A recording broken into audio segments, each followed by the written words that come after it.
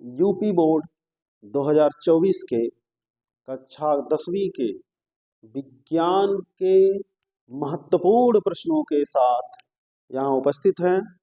आज का प्रश्न है, निम्नलिखित अभिक्रियाओं को लिखें और संतुलित करें। तो परीक्षा में बच्चों आपका ऐसे हिंदी में लिखा रहेगा, यहाँ देखिए खाली स्थान है, पूरा भी करना है। एग्जाम में पिछले वर्षों में पूछा गया है, तो निश्चित तौर से संतुलित करने के लिए तो 100% पूछेगा। तो यहाँ हम ऐसे प्रश्न इसलिए चूज किए हैं कि इसमें आप ये भरना भी सीख जाए, खाली स्थान को भरने भी आ जाए और इनको संतुलित करना भी सीख लें। तो इसको ध्यान से इन 5 प्रश्नों को आप हल करें और इनको एकदम 100% तैयार करें, क्योंकि परीक्षा के दृष्टि से बहुत ही महत्वपूर्ण है। तो ध्यान दें, पहला जो है ध्यान देंगे, सोडियम सल्फेट। क्या है बच्चों? सोडियम सल्फेट और बेरियम क्लोराइड। तो सोडियम सल्फेट और बेरियम क्लोराइड जब आपस में मिलते हैं तो कौन सी अभिक्रिया होती है? ये तो आप जानते ही होंगे। तो बताइए कौन सी अभिक्रिया होती है? जरूर बताया गया है आपको। तो देखिए, सोडियम सल्फेट और बेरियम क्लोराइड जब आपस में मिलते हैं तो द्विविस्थापन अभिक्रिया होती है। कौन सी अभिक्रिया होती है? द्विविस्थापन अभिक्रिया। मतलब इसमें से ये इसको हटाएगा तो इसको रिप्लेस करेगा। तो ध्यान दीजिए, सबसे पहले तो यहाँ देखिए बेरियम सल्फेट। देखिए बच्चों, बेरियम किसके पास गया? सल्फेट के पास। तो जब ए वहां से यहाँ आ गए, ये कहेंगे हम कहें कम हैं, ए चले जाएंगे यहाँ, तो क्या बन जाएगा? सोडियम गए क्लोराइड के पास कूद के। तो सोडियम जब क्लोराइड के पास कूद के गए तो क्या बन गया? Sodium chloride. क्या बन गया? Sodium chloride. अरे साधारण नमक हो, क्लोराइड। क्लोराइड जो नमक हम लोग खाते नहीं है, वही नमक बन जाएगा सोडियम क्लोराइड। तो यह ध्यान रखिएगा, सबसे पहले यहाँ भरना है। तो भरने के लिए क्या मिल रहा है आपको? ध्यान समझो बच्चों, द्विविस्थापन अभिक्रिया। अभिक्रिया का नाम भी जान लीजिए। तो बेरियम कहाँ आ गया? सल्फेट के पास। हमको पता था बेरियम सल्फेट। तो हम देखेंगे बेरियम जब सल्फेट को कवर कर लिया, इसको मिला लिया अपने में, तो सोडियम बेचारा किसके पास जाएगा? क्लोराइड के पास जाएगा। तो ये इनके साथ मिल जाएगा, इसको अपना मित्र बना लेगा, तो हो जाएगा सोडियम क्लोराइड। लेकिन इसका रासायनिक सूत्र लिखते हुए, समीकरण लिखते हुए हमको संतुलित भी करना है। तो सोडियम सल्फेट का क्या होता है? रासायनिक सूत्र बताइए। तो सोडियम का प्रतीक क्या होगा? Na। इसकी संयोजकता कितनी होगी? तो आप कहेंगे 1 होगी। सल्फेट है, सल्फेट की संयोजकता कितनी होती है बच्चों? 2 होती है। तो 2 यहाँ आ जाएगा, तो हो जाएगा Na2SO4 सोडियम सल्फेट। अब देखो बच्चों, बनाना है आपको बेरियम क्लोराइड। तो बेरियम का प्रतीक पहले जानिए क्या होता है? तो Ba होता है। क्लोराइड का प्रतीक क्या होता है? तो Cl होता है। और आप जानते हैं कि बेरियम की संयोजकता 2 होती है, क्लोराइड की 1 होती है। तो 2 यहाँ आ जाएगा, तो हो जाएगा बेरियम क्लोराइड। 1 तो यहाँ लिखा नहीं जाएगा, तो हो गया बेरियम क्लोराइड। अब देखो बच्चों ध्यान से, सोडियम सल्फेट लिख लिए, बेरियम क्लोराइड लिख लिए, तो यहाँ बेरियम सल्फेट न बनाना हो। क्या बना है? Barium sulphate. तो देखिए बेरियम यहाँ कूद के इसको जो है पकड़ लिया, तो बेरियम सल्फेट को पकड़ेगा, तो बेरियम की भी संयोजकता 2 होती है, सल्फेट की भी संयोजकता 2 होती है। तो 2 से 2 कैंसिल, तो बन गया बेरियम सल्फेट। क्या बन गया? Barium sulphate. और यहाँ क्या बच गया? अरे खाने वाला नमक हो, सोडियम क्लोराइड। सोडियम का क्या होता है? Na। इसकी भी संयोजकता 1 होती है और क्लोराइड की भी संयोजकता 1 होती है। तो 2 संयोजकता वाले एक पास आ गए, 1 वाला बेचारा एक पास आ गए। तो ये हो गया सोडियम क्लोराइड। ये हो गया बेरियम सल्फेट। तो यह अभी पूरा नहीं हुआ, अभी इसको संतुलित करना है, ऐसे लिखने से काम नहीं चलेगा, संतुलित नहीं करेंगे तो सब बेकार है। तो चलते हैं देखते हैं भाई, सोडियम यहाँ कितना है, 2 परमाणु है। तो जब यहाँ सोडियम 2 है तो ये कहेगा हम अकेले रहे, नहीं, इसको भी 2 करना पड़ेगा, तो हो जाएगा सोडियम 2 हो गया। अब देखो बच्चों, सल्फर 1 है तो यहाँ भी 1 है, ये तो फिट है। ऑक्सीजन 4 है तो ऑक्सीजन भी क्या है, 4 है। बेरियम 1 है तो बेरियम 1 है। क्लोरीन यहाँ 2 है तो 2 हो गया ना भाई, ये 2 का गुणन होगा यहाँ। तो पहला प्रश्न आप लोगों को समझ में आया, इसको एकदम तैयार कर लीजिए। तो भरना था हमको सोडियम क्लोराइड, क्योंकि यही वहां से कूद के आ गए सल्फेट के पास, तो सोडियम काहे मानेगा, इनके दोस्त को पकड़ लेगा, ऐसा होता भी है। अगला देखिए, जिंक आ गया। जिंक का प्रतीक बोलिए पट से, जिंक का प्रतीक क्या है, जेडेयन, जिंक का प्रतीक हो जेडेयन। और सल्फ्यूरिक अम्ल, सल्फ्यूरिक अम्ल मतलब हाइड्रोजन सल्फेट, तो हाइड्रोजन के कारण H, तो H की संयोजकता कितनी है, 1। और सल्फेट क्या होता है, SO4, तो सल्फेट का 2 न होता है, तो 2 यहाँ आ जाएगा तो क्या हो जाएगा, H2SO4। रटिए नहीं, समझिए, संयोजकता को जरूर याद रखना है। अगर जो नहीं संयोजकता याद है तो आप कमेंट करके बताइएगा, संयोजकता के लिए एक वीडियो बना देंगे, सबको लिखने आ जाएगा फटाफट, रटने की कोई जरूरत नहीं पड़ेगी। तो zinc plus H2SO4 zinc sulphate, तो यहाँ पर आपका हो गया जिंक सल्फेट। ये देखिए, जिंक जो है हाइड्रोजन को हटा दिया, तो ये कौन सा अभिक्रिया हुआ, तो आप कहेंगे भाई विस्थापन हुआ। कौन सा हुआ, विस्थापन या एकल विस्थापन कहेंगे।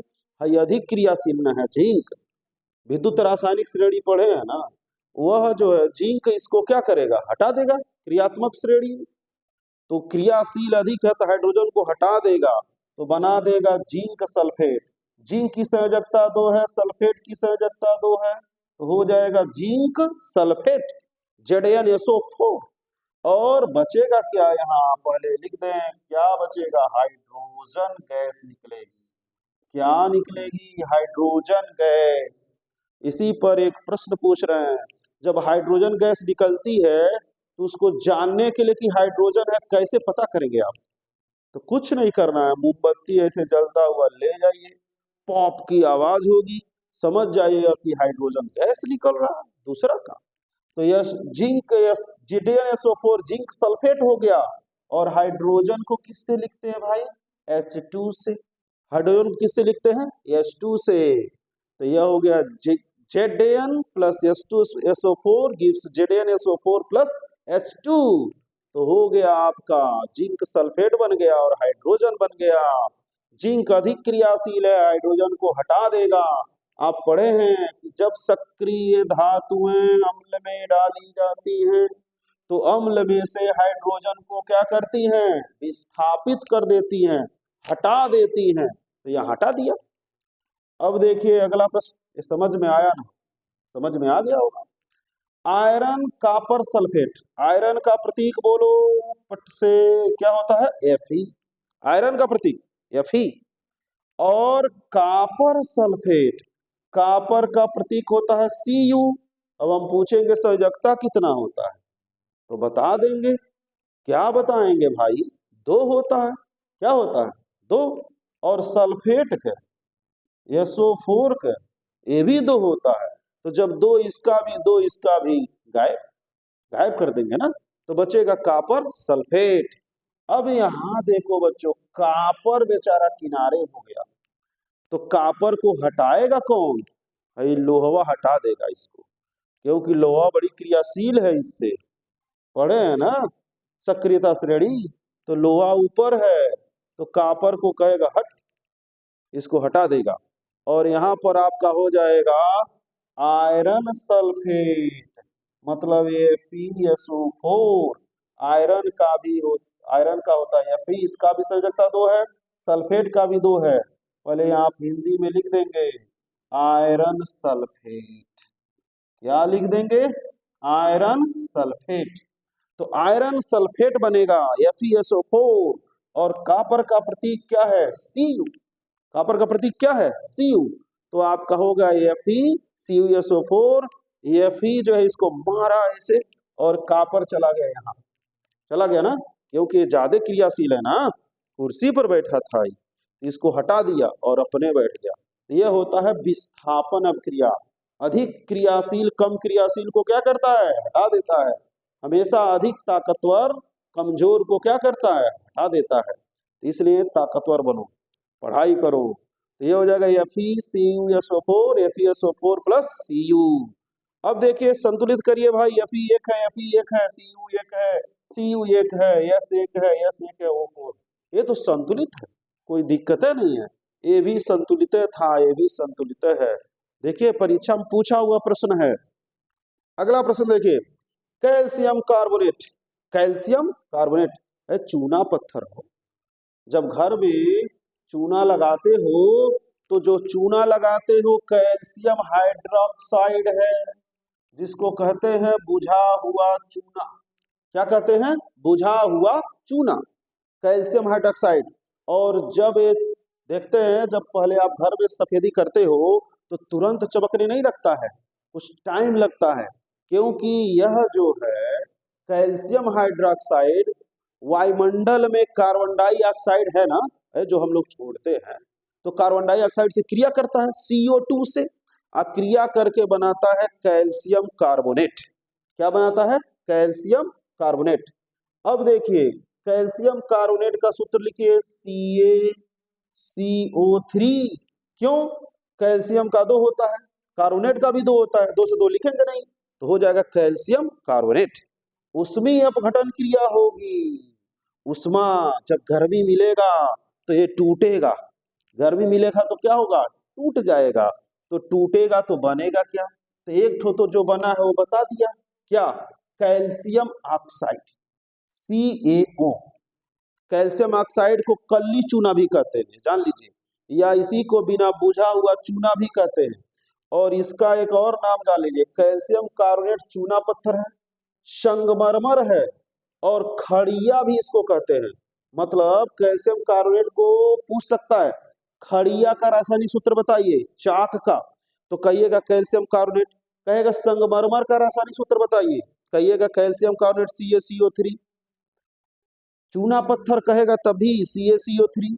तो यह जान लेना है।